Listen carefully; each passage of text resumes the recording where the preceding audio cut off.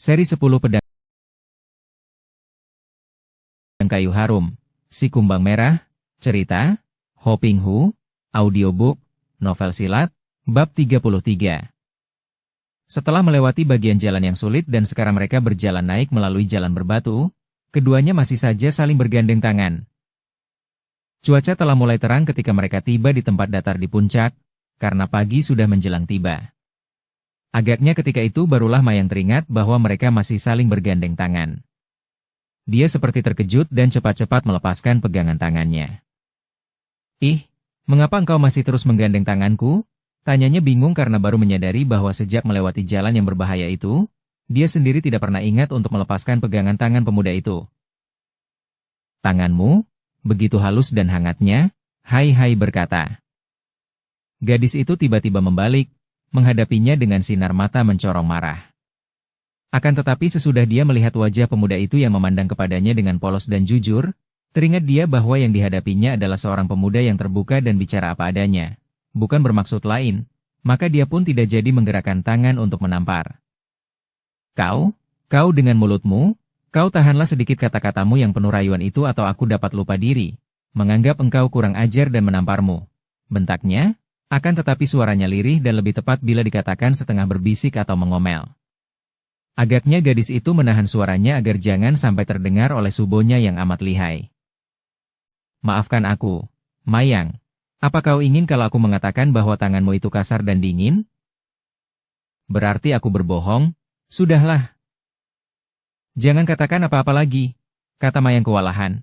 Diam-diam jari-jari tangannya yang tadi bergandengan dengan Hai mengelus telapak tangannya sendiri untuk merasakan apakah benar telapak tangannya itu halus dan hangat seperti yang dikatakan Hai. Dan diam-diam timbul perasaan senang dan bangga di dalam hatinya. Bagaimanapun Mayang hanya seorang wanita. Dan mana ada wanita yang tidak merasa senang kalau dipuji. Apalagi kalau yang memujinya itu seorang pemuda tampan dan yang dia tahu bukan sekedar merayu akan tetapi mengatakan keadaan yang sesungguhnya. Baginya pemuda ini seperti seorang juri atau penilai yang jujur dan adil, yang penilaiannya dapat dipercaya. Dan kalau dinilai bagus, alangkah puas dan senangnya hati. Siapakah yang tinggal di puncak yang disebut puncak awan kelabu itu? Biarpun belum lengkap, namun keterangan yang diberikan Mayang kepada Hai memang benar dan gadis itu tidak berbohong. 18 tahun yang lalu, ketika Mayang baru berusia beberapa bulan saja, ibunya membawanya berkeliaran ke pegunungan Ningjingsan. Ibunya menggendong Mayang yang masih berusia 3 bulan itu sambil menangis, tertawa dan mencari-cari seseorang. Mencari ayah Mayang. Ibu muda itu ternyata sudah menjadi seperti orang gila. Dia ditinggal pergi oleh pria yang menjadi ayah Mayang. Ditinggal begitu saja ketika kandungannya telah tua tanpa memberitahu dan dia tidak tahu kemana perginya pria itu. Ayah ibunya menjadi marah, kemudian mengusirnya karena dia mengandung tanpa suami. Pria itu selalu mengunjungi kamarnya pada waktu malam dan tak ada seorang pun yang mengetahui hubungannya dengan pria itu. Setelah dia mengandung tua, pria itu pergi begitu saja. Dalam keadaan seperti gila ini, Ibu Mayang, putri seorang kepala suku bangsa Tibet, lalu mendaki puncak itu, dan di sana dia bertemu dengan seorang pertapa wanita. Pertapa itu berjuluki Mo Xian Kou, Dewi berambut emas. Pertapa itu merasa kasihan terhadap Mayang dan ibunya. Dia lalu mengobati ibu muda itu sampai sembuh dan semenjak saat itu, Mayang dan ibunya tinggal bersama pertapa itu di puncak. Dan semenjak ibu dan anak itu berada di situ, kehidupan Mo Xian Kou juga berubah. Dahulunya dia hanya bertapa di dalam sebuah gubuk tua tanpa mempedulikan keadaan dirinya. Akan tetapi setelah dia harus memelihara ibu beserta anak itu, Mo Xian Kou lalu berusaha di bidang peternakan, dibantu oleh Ibu Mayang. Beberapa tahun kemudian peternakan itu menjadi besar dan keadaan mereka menjadi makmur. Mo Xian Kou lantas menyuruh orang-orang di dusun pegunungan itu untuk membangun sebuah rumah yang besar, dan dia bahkan mengambil beberapa orang wanita pembantu untuk mengatur rumah tangganya.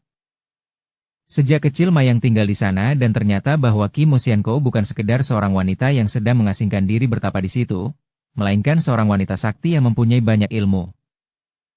Dengan sendirinya, Mayang menjadi anak yang amat disayang oleh Mo Xian Kou. Bahkan semenjak kecil Mayang sudah digembleng oleh pertapa wanita itu, diberi makanan yang mengandung ramuan sehingga Mayang tumbuh menjadi seorang gadis yang memiliki tubuh yang amat kuat.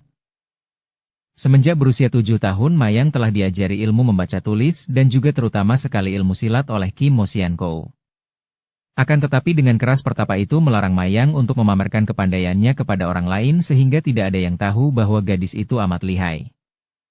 Orang-orang hanya tahu bahwa Mayang adalah seorang gadis penggembala ternak yang cetakan dan pandai sekali. Ahli menggiring ratusan ternak dari satu tempat ke tempat lain yang jauh tanpa ada seekor pun yang tercecer, bahkan mampu melindungi semua ternak dari gangguan binatang buas.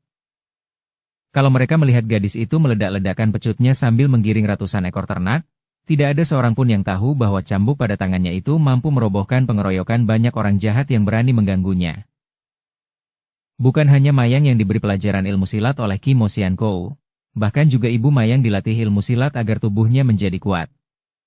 Memang ibu Mayang membantu peternakan milik Kim Mo Sian-ko, karena itu tubuhnya harus kuat dan selalu sehat. Akan tetapi ibu dan anak ini tidak pernah mendengar tentang riwayat pertapa itu, seorang wanita yang usianya kurang lebih 60 tahun akan tetapi masih kelihatan anggun bahkan cantik, dengan wajah yang berkulit halus tanpa keriput, bentuk muka yang agung seperti seorang puteri, dengan sepasang mata yang masih jeli dan mencorong, dan mulut yang selalu tersenyum penuh kelembutan, akan tetapi sinar matanya yang mencorong itu kadangkala dapat bersinar keras. Ibu dan anak itu mengenalnya sebagai seorang wanita yang lembut hati, ramah dan budiman, akan tetapi juga sebagai seorang wanita yang bila sudah marah, dengan mudah saja membunuh orang yang dianggap jahat. Pada saat Mayang baru berusia 10 tahun, ketika dia menggembala ternak di padang rumput dan ternaknya diganggu oleh sekawanan perampok yang terdiri dari 14 orang, Kim Mo Sian-ko muncul dan dengan lembut dia menegur 14 orang itu dan mengusir mereka. Akan tetapi 14 orang itu memandang rendah kepadanya dan bahkan mengeluarkan kata-kata yang kasar dan cabul. Dan terjadilah hal yang sangat mengerikan itu. Kim Mo Sian-ko menghajar mereka dan ketika mereka melawan dengan menggunakan golok, dia merampas sebatang golok lalu membunuh 14 orang itu dengan golok. Dalam waktu sebentar saja 14 orang gerombolan penjahat itu roboh malang melintang dengan kepala terpisah dari tubuh. Dengan sikap amat tenang Kim Mo Sian-ko menyuruh para pelayannya untuk menggali lubang besar dan menguburkan jenazah mereka itu. Peristiwa ini membuat daerah itu menjadi aman. Tidak ada seorang pun penjahat berani melakukan kejahatan sehingga para penduduk dusun di daerah itu amat berterima kasih kepada Kim Mo Sian-ko. Apalagi karena pertapa itu sangat dermawan, siap menolong siapapun yang membutuhkan bantuan, baik bantuan itu berupa uang, ternak, pengobatan maupun hanya nasihat. Sekali lagi, hati-hatilah engkau, hai. Kalau berhadapan dengan subuh, jangan sekali-kali engkau pencengisan, juga jangan main-main dan jangan merayu. Kalau sampai engkau membuat Subo marah kemudian dia turun tangan membunuhmu, jangan katakan bahwa aku belum memberi peringatan kepadamu. Bisik gadis itu. Diam-diam Hai tahu bahwa gadis ini memang bersikap serius dan tidak main-main. Baru sikapnya saja sudah begitu jeri. Bicara pun tak berani keras-keras, tentu takut kalau sampai terdengar oleh Subonya.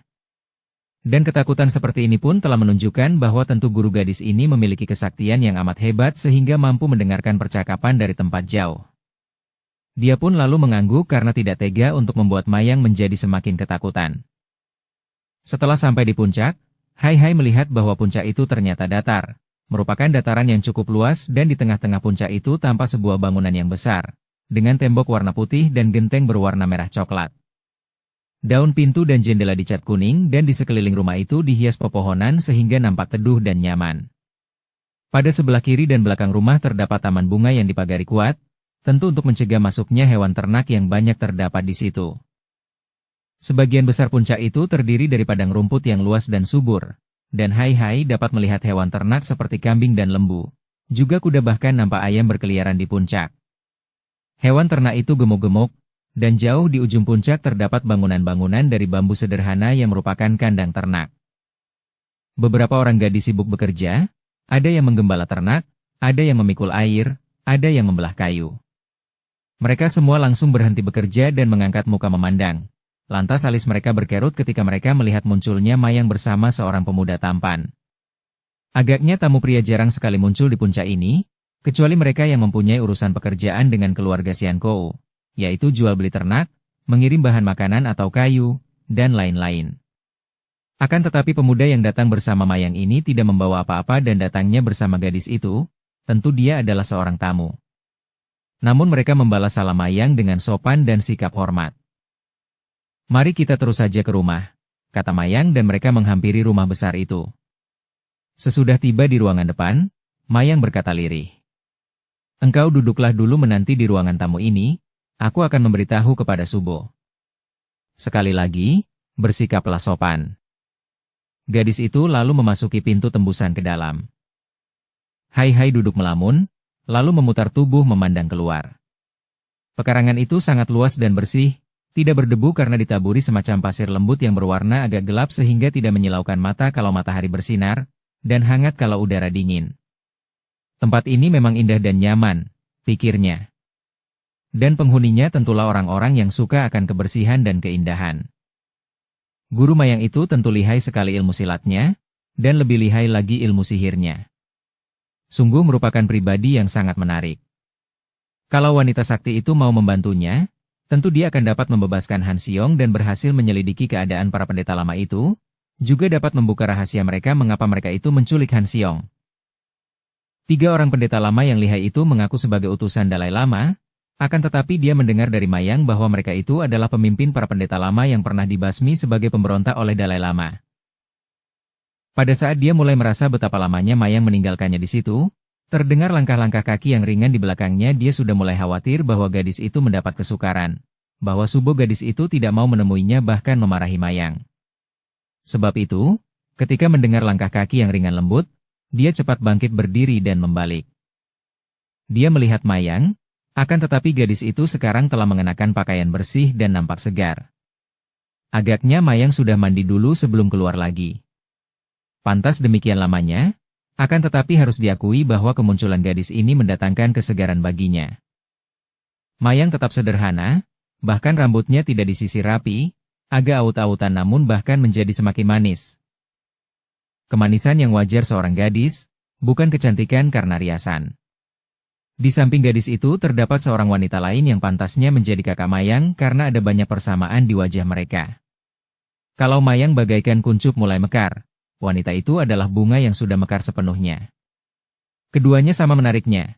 Hai memandang mereka, dari yang satu kepada yang lain. Inikah Subo dari Mayang? Inikah wanita pertapa yang berjuluki Mo Xiankou itu? Memang seorang wanita yang cantik dan anggun, akan tetapi dia tidak melihat alasan mengapa wanita berjuluki Mo Xiankou, Dewi berambut emas. Rambutnya hitam seperti rambut Mayang, tapi tersisir rapi dan tidak aut-autan seperti rambut gadis itu. Lo Cianpui yang mulia, saya Tang Hai datang menghaturkan hormat, mohon Xiankou sudi memaafkan kelancangan saya, kata Hai dengan penuh hormat. Hai menghaturkan penghormatan seperti yang diberikan kepada seorang permaisuri atau raja. Namun dia terbelalak dan bengong memandang kepada Mayang karena gadis itu tiba-tiba tertawa terkekeh-kekeh. Tangan kiri menutup mulut dan tangan kanan meraba perut karena merasa geli. Mayang, ada apakah? Apakah aku kurang sopan dan kurang hormat? Tanya Hai, benar-benar tidak mengerti kenapa gadis itu tertawa-tawa geli seperti itu. Gadis yang tadi tertawa sambil membungkuk itu mengangkat mukanya memandang. Saat melihat pemuda itu bengong dan mendengar pertanyaan tadi, tawanya kembali meledak, sampai terkekeh-kekeh dan ada air mata keluar dari kedua matanya yang bersinar-sinar. Akhirnya ketawanya mereda setelah wanita di sampingnya menegur halus. Mayang, tidak sepantasnya engkau tertawa seperti itu. Mayang memandang Hai, wajahnya masih penuh tawa. Hai, ini bukan Subo, ini adalah ibuku, hihihik. Gadis itu menahan ketawanya, kini wajah Hai seketika menjadi merah. Dia pun mengangkat muka dan memandang lagi kepada wanita itu, mengamati dengan penuh perhatian. Kemudian, sesudah menarik napas panjang dia pun berkata, pantas, sungguh pantas, akan tetapi juga tidak patut sekali. Mendengar kata-kata yang tidak karuan maknanya ini, Mayang berbalik menjadi bengong. Apa maksudmu? Hai, ucapanmu tidak karuan, kau bilang pantas akan tetapi juga tidak patut. Bagaimana pula itu? Memang pantas sekali menjadi ibumu karena mirip denganmu, Mayang, dan pantas pula engkau demikian cantik manis karena ibumu juga begini cantik jelita. Namun tidak patut menjadi ibumu karena dia masih terlalu muda, patutnya menjadi kakakmu. Mayang tidak merasa heran mendengar pemuda mata keranjang ini memuji kecantikan ibunya, akan tetapi wanita itu terbelalak, mukanya berubah merah sekali. Mayang, siapakah dia ini? Orang macam apa yang kau bawa berkunjung ini? Apakah dia waras, tidak gila? Mendengar pertanyaan ibunya, gadis itu kembali tertawa geli sambil menatap wajah Hai Hai. Hati-hati, ibu, jangan-jangan engkau akan jatuh ke dalam rayuan mautnya. Memang Hai Hai ini seorang perayu maut yang amat berbahaya bagi setiap orang wanita. Hai Hai segera teringat akan keadaan dirinya yang kini sedang berada di tempat orang. Tempat berbahaya pula karena penghuninya adalah seorang pertapa wanita sakti. Cepat dia memberi hormat kepada Ibu Mayang dengan sikap sopan, lantas berkata, "Harap Bibi sudi memaafkan saya yang selalu suka terus terang sehingga mungkin terdengar kurang ajar. Bukan maksud saya untuk merayu, melainkan untuk berterus terang. Maafkan, saya Tang Haidan. Syekh Tang?" Tiba-tiba wanita itu membelalakan matanya dan menatap wajah Hai Hai, lalu dia mengeluarkan jerit kecil tertahan. Kau, matamu dan hidungmu itu, dan engkau Syekh Tang pula, orang muda, cepat katakan, siapakah ayahmu? Hai Hai terkejut. Dia mengambil keputusan untuk tidak memperkenalkan siapa ayahnya bila tidak amat perlu. Maka dia pun menarik napas panjang. Saya tidak tahu siapa ayah saya, Bibi, karena ayah telah pergi sejak saya berada dalam kandungan dan mungkin dia sudah mati. Ibu, mengapa ibu terkejut mendengar Syekh dari Hai Hai? Dan ibu menyinggung mata dan hidungnya. Ada apakah, ibu? Mayang kini juga bersikap sungguh-sungguh karena dia pun terkejut dan heran melihat sikap ibunya. Wanita itu telah dapat menguasai dirinya. Ah, tidak apa-apa, aku hanya merasa seperti pernah melihat pemuda ini. Akan tetapi, Mayang, bagaimana engkau dapat berkenalan dengan pemuda yang, mata keranjang ini? Mau apa kau bawa dia ke sini? Xiankou bisa marah kalau, orang muda kurang ajar ini harus pergi sekarang juga. Mendadak terdengar bentakan halus dari sebelah dalam. Mendengar suara ini Ibu Mayang cepat membungkuk, lantas merangkap kedua tangannya memberi hormat. Juga Mayang segera menjatuhkan diri berlutut di dekat ibunya. Sikapnya amat hormat. Hai Hai mengangkat muka memandang. Yang muncul di ambang pintu memang sangat menakjubkan, seperti bukan manusia ketika mendadak muncul di situ, dengan sikap yang lembut dan anggun sekali. Sukar dapat dipercaya bahwa seorang wanita berusia 60 tahun masih seperti itu. Rambutnya yang bercampur uban itu berwarna keemasan. Kulit mukanya nampak lembut tanpa keriput, matanya mencorong dan bibirnya masih kemerahan namun terhias senyum aneh. Tubuh, wajah dan sikap wanita ini pantasnya terdapat pada sebuah patung, seperti arca Kuan Im Pusat saja. Tanpa dibuat-buat, di dalam hati Hai Hai timbul perasaan hormat terhadap wanita ini, maka dia pun cepat memberi hormat dengan merangkap kedua tangan di depan dada, kemudian berkata dengan suara lantang.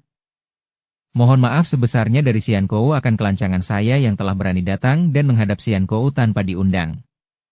Saya memberanikan diri datang menghadap Xiankou untuk memohon pertolongan, karena saya mendengar bahwa Xiankou adalah seorang manusia berbudi luhur, seorang pertapa yang mencari penerangan dan tentu akan selalu menjulurkan tangan untuk menolong yang membutuhkan bantuan.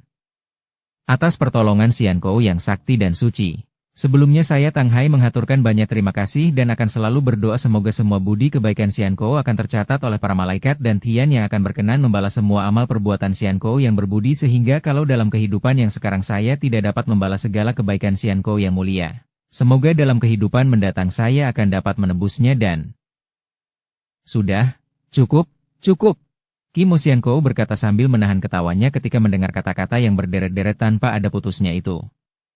Engkau lelaki perayu, dengan kata-katamu yang indah, suaramu yang merdu, ucapanmu yang manis, sungguh engkau seorang yang palsu dan berbahaya sekali bagi kaum wanita. Engkau harus pergi dari sini. Sambil berkata demikian, seperti orang yang merasa jengkel, wanita itu lantas menggerakkan tangannya ke arah kepala Hai Hai. Pemuda ini mendengar angin berdesir dan dia terkejut bukan main. Biarpun nampaknya hanya mengebutkan tangan, akan tetapi sesungguhnya gerakan itu merupakan serangan yang sangat dahsyat dan berbahaya bukan main.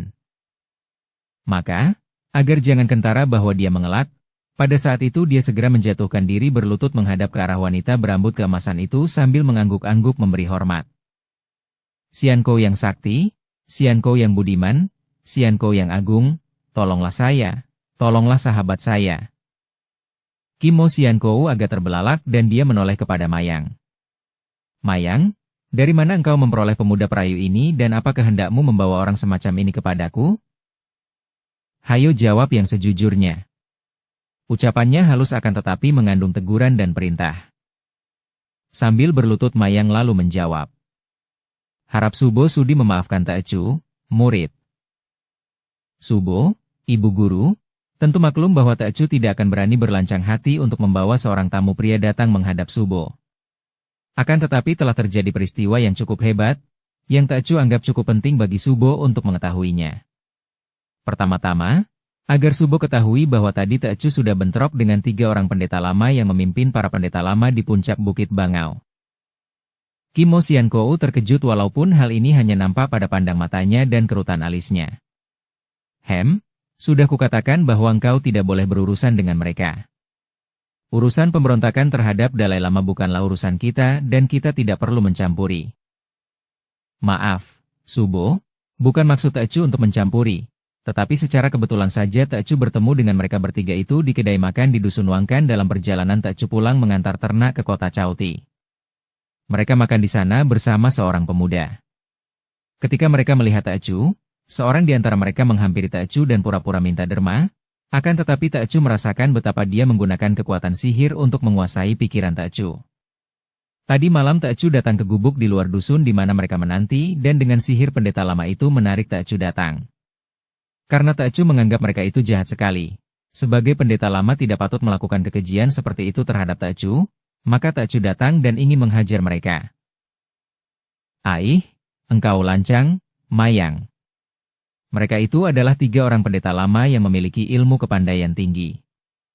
Yang mana di antara mereka itu yang menyihirmu? Ketika Teocu berada di dalam rumah makan, yang menyihir Teocu adalah pendeta yang mukanya kekanak-kanakan, tubuhnya tinggi bongkok. Siapa lagi jika bukan Pathua lama si pendeta cabul? Berani dia menghina muridku. Lalu bagaimana? Agaknya tidak mungkin engkau dapat lolos dari tangan mereka bertiga. Setelah berkata demikian, Kim Mo Xiankou mengerling kepada Hai Hai yang masih menunggu dengan hati tegang. Dia merasa betapa wanita itu memang hebat, dan agaknya sudah mengenal dan mengetahui keadaan para pendeta lama yang menculik Han Xiong.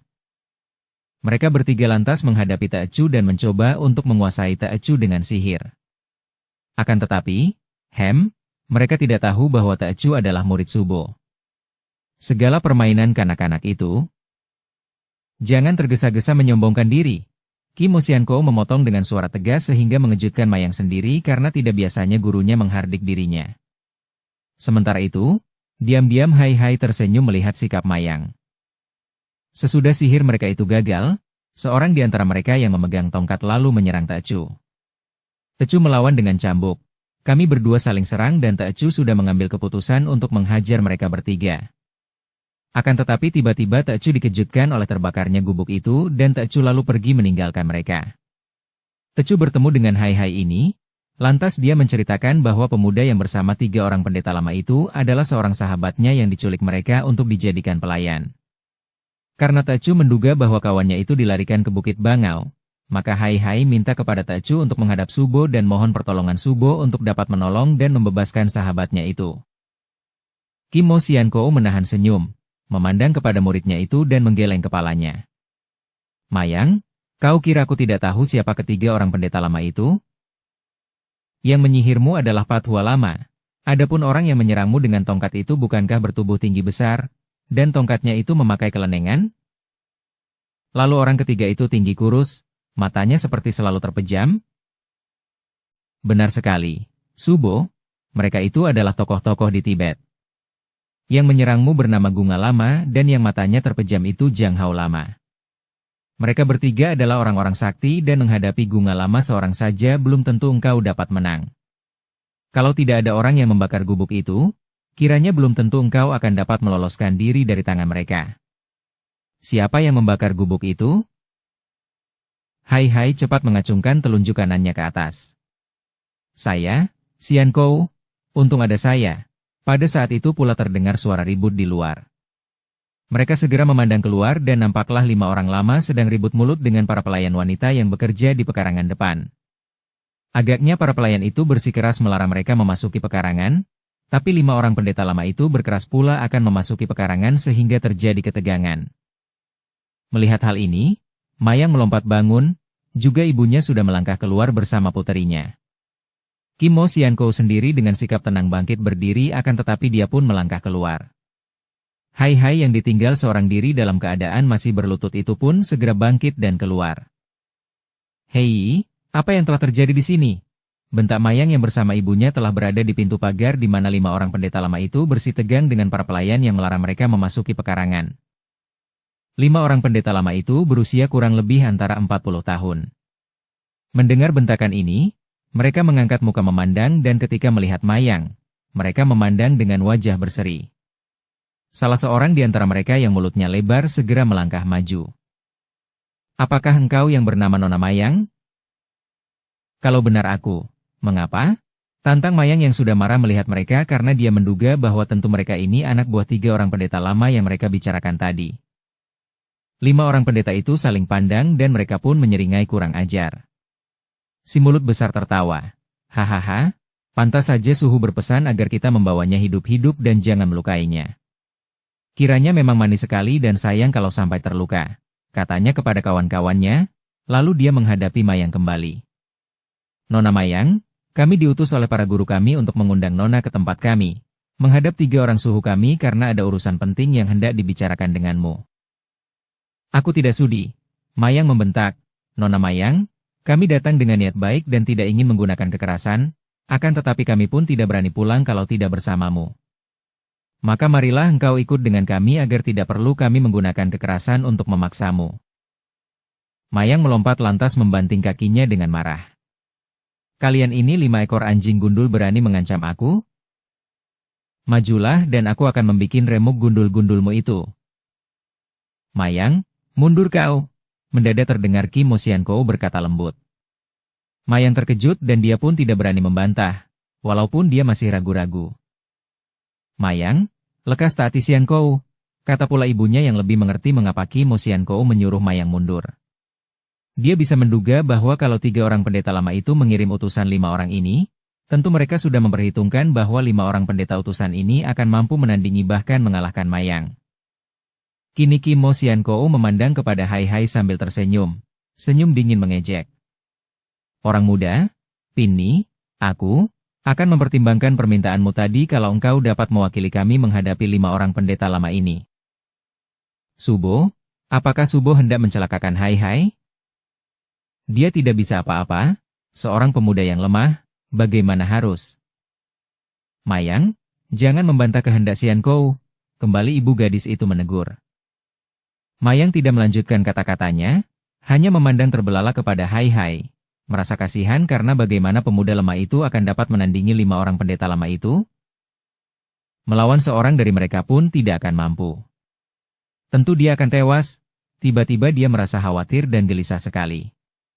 Tidak, pikirnya, pemuda itu tidak boleh mati. Konyol, dia tidak berani lagi membantah subonya, akan tetapi secara diam-diam dia akan berjaga-jaga dan akan melindungi Hai Hai. Sementara itu, diam-diam Hai Hai kagum bukan main kepada guru Mayang. Wanita tua yang masih cantik dan lembut itu sungguh memiliki penglihatan yang sangat tajam. Tentu dia telah tahu bahwa dia mempunyai kepandaian, kalau tidak demikian, tidak mungkin dia menyuruh dia melawan 5 orang pendeta lama ini. Maka dia pun tersenyum, walaupun masih berpura-pura tolol karena melihat sikap Mayang. Syaratnya berat amat. Akan tetapi, baiklah, Xiankou. Demi menolong sahabatku, saya akan berusaha sekuat tenaga untuk melawan 5 ekor anjing gundul ini. Melihat sikap Hai Hai, Mayang merasa girang dan bangga. Biarpun jelas bahwa pemuda itu bukan lawan 5 orang pendeta lama yang dia duga tentu lihai, akan tetapi pemuda itu sudah memperlihatkan sikap yang gagah. Berani memaki mereka sebagai 5 ekor anjing gundul. Meniru makiannya tadi. Benar, Hai Hai, hantam kepala 5 ekor anjing gundul itu.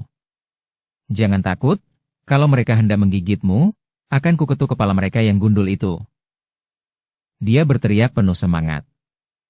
Gurunya dan ibunya hanya melirik saja sambil tersenyum karena sungguh pun berteriak tetapi gadis itu tidak turun tangan. mentaati perintah Subonya tadi. Hai Hai melirik kepada Mayang dan masih tersenyum. Kemudian dengan langkah gontai seperti orang yang tidak bertenaga dia maju menghampiri 5 orang pendeta lama itu. 5 orang pendeta lama itu adalah tokoh-tokoh di Tibet, dan merupakan tangan kanan dari 3 pendeta lama yang bersarang di Bukit Bangau. Mereka sudah marah ketika tadi mendengar penghinaan Mayang, gadis manis yang berani memaki mereka sebagai 5 ekor anjing gundul. Kini kembali mereka dimaki, dan yang memaki adalah pemuda yang terlihat lemah ini. Bahkan tadi gadis itu telah mencegah pemuda ini maju karena dikatakan bahwa pemuda ini lemah. Dalam kemarahan itu, 5 orang pendeta lama bermaksud untuk mempermainkan dan menghina Hai Hai.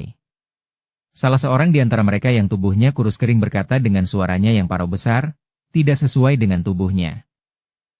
Saudara-saudara sekalian, monyet cilik ini hendak melawan kita? Hahaha, mari kita buat dia menari-nari. Ucapan ini merupakan isyarat kepada teman-temannya agar mereka mempergunakan kekuatan sihir saja untuk mempermainkan dan menghina Hai Hai, yaitu menyihirnya agar dia bersikap seperti seekor monyet. Mereka berlima kemudian mengerahkan kekuatan sihir mereka, menatap wajah Hai Hai dengan tajam, lalu si kurus tadi membentak lagi. Kini kekuatan sihirnya disatukan dengan kekuatan 4 orang kawannya. Orang muda, engkau adalah seekor monyet yang baru keluar dari dalam hutan. Ingatlah baik-baik, engkau adalah seekor monyet.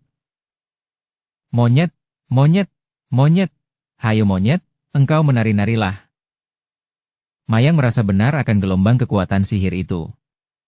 Bagi dirinya sendiri yang sudah kebal, gelombang kekuatan itu hanya lewat saja tanpa membekas, akan tetapi ia khawatir sekali melihat Hai Hai karena bagaimana mungkin pemuda yang tidak mengenal sihir itu akan mampu bertahan menghadapi serangan ilmu sihir sekuat itu? Dia melihat Hai Hai tersenyum lebar, lalu memandang seperti orang bingung dan heran. Monyet? Aku disuruh menjadi monyet?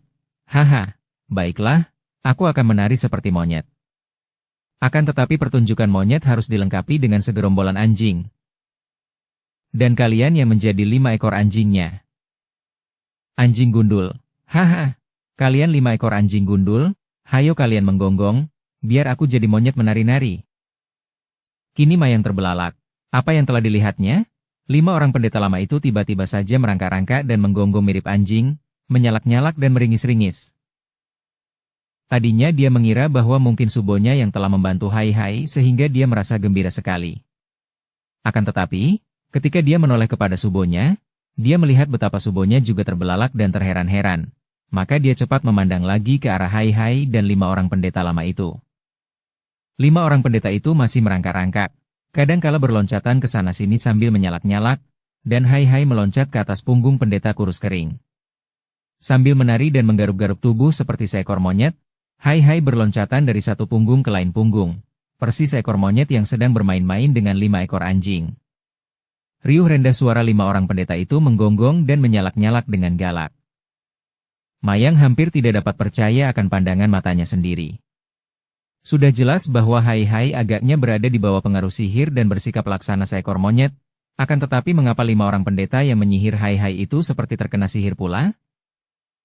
Bahkan lebih parah dari Hai Hai.